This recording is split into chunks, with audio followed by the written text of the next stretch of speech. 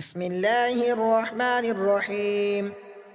إنا فتحنا لك فتحا مبينا ليغفر لك الله ما تقدم من ذنبك وما تأخر ويتم نعمته عليك ويهديك صراطا مستقيما وينصرك الله نصرا عزيزا.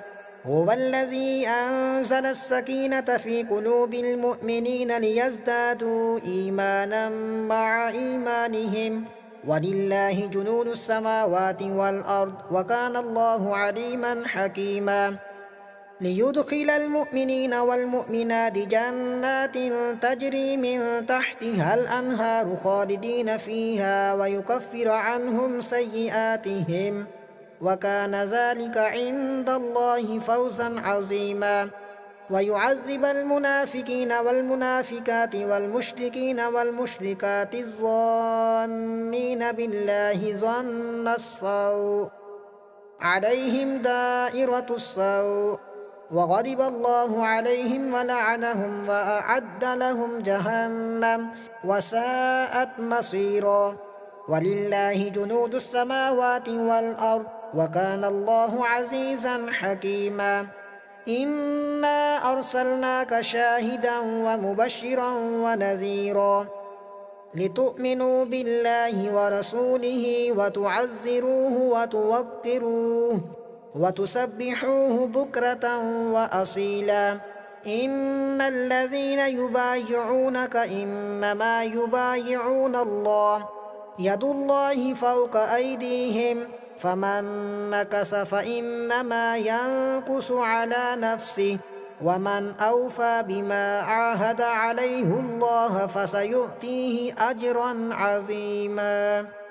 سيقول لك المخلفون من الأعراب شغلتنا أموالنا وأهلنا فاستغفر لنا يقولون بألسنتهم ما ليس في قلوبهم قل فمن يملك لكم من الله شيئا إن أراد بكم ضرا أو أراد بكم نفعا بل كان الله بما تعملون خبيرا.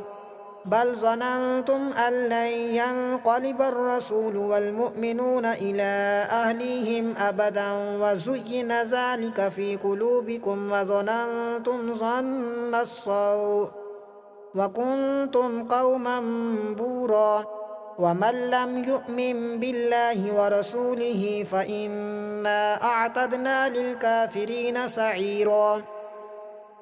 ولله ملك السماوات والأرض يغفر لمن يشاء ويعذب من يشاء وكان الله غفورا رحيما. سيقول المخلفون إذا انطلقتم إلى مغانم لتأخذوها ذرونا نتبعكم يريدون أن يبدلوا كلام الله قل لن تتبعونا كذلكم قال الله من قبل فسيقولون بل تحسدوننا بل كانوا لا يفقهون إلا قليلا. قل للمخلفين من الأعراب ستدعون إلى قوم أولي بأس شديد تقاتلونهم أو يسلمون فإن تطيعوا يؤتكم الله أجرا حسنا وإن تتولوا كما توليتم من قبل يعذبكم عذابا أليما. ليس على الأعمى حرج ولا على الأعرج حرج ولا على المريض حرج ومن يطع الله ورسوله يدخله جنات تجري من تحتها الأنهار ومن يطع الله ورسوله يدخله جنات تجري من تحتها الأنهار ومن يتول يعذبه عذابا أليما. لقد رضي الله عن المؤمنين إذ يبايعونك تحت الشجرة فعلم ما في قلوبهم فأنزل السكينة عليهم وأثابهم فتحا قريبا. لقد رضي الله عن المؤمنين إذ يبايعونك تحت الشجرة فعلم ما في قلوبهم فأنزل السكينة عليهم فأنزل السكينة عليهم وأثابهم فتحا قريبا ومغانم كثيرة يأخذونها وكان الله عزيزا حكيما. وعدكم الله مغانم كثيرة تأخذونها فعجل لكم هذه وكف أيدي الناس عنكم ولتكون آية للمؤمنين ويهديكم صراطا مستقيما. وأخرى لم تقدروا عليها قد أحاط الله بها وكان الله على كل شيء قديرا. ولو قاتلكم الذين كفروا لولوا الأدبار ثم لا يجدون وليا ولا نصيرا سنة الله التي قد خلت من قبل ولن تجد لسنة الله تبديلا. وهو الذي كف أيديهم عنكم وأيديكم عنهم ببطن مكة من بعد أن أظفركم عليهم وكان الله بما تعملون بصيرا. هم الذين كفروا وصدوكم عن المسجد الحرام والهدي معكوفا أن يبلغ محله ولولا رجال مؤمنون ونساء مؤمنات لم تعلموهم أن تطعوهم فتصيبكم منهم معرة بغير علم ليدخل الله في رحمته من يشاء.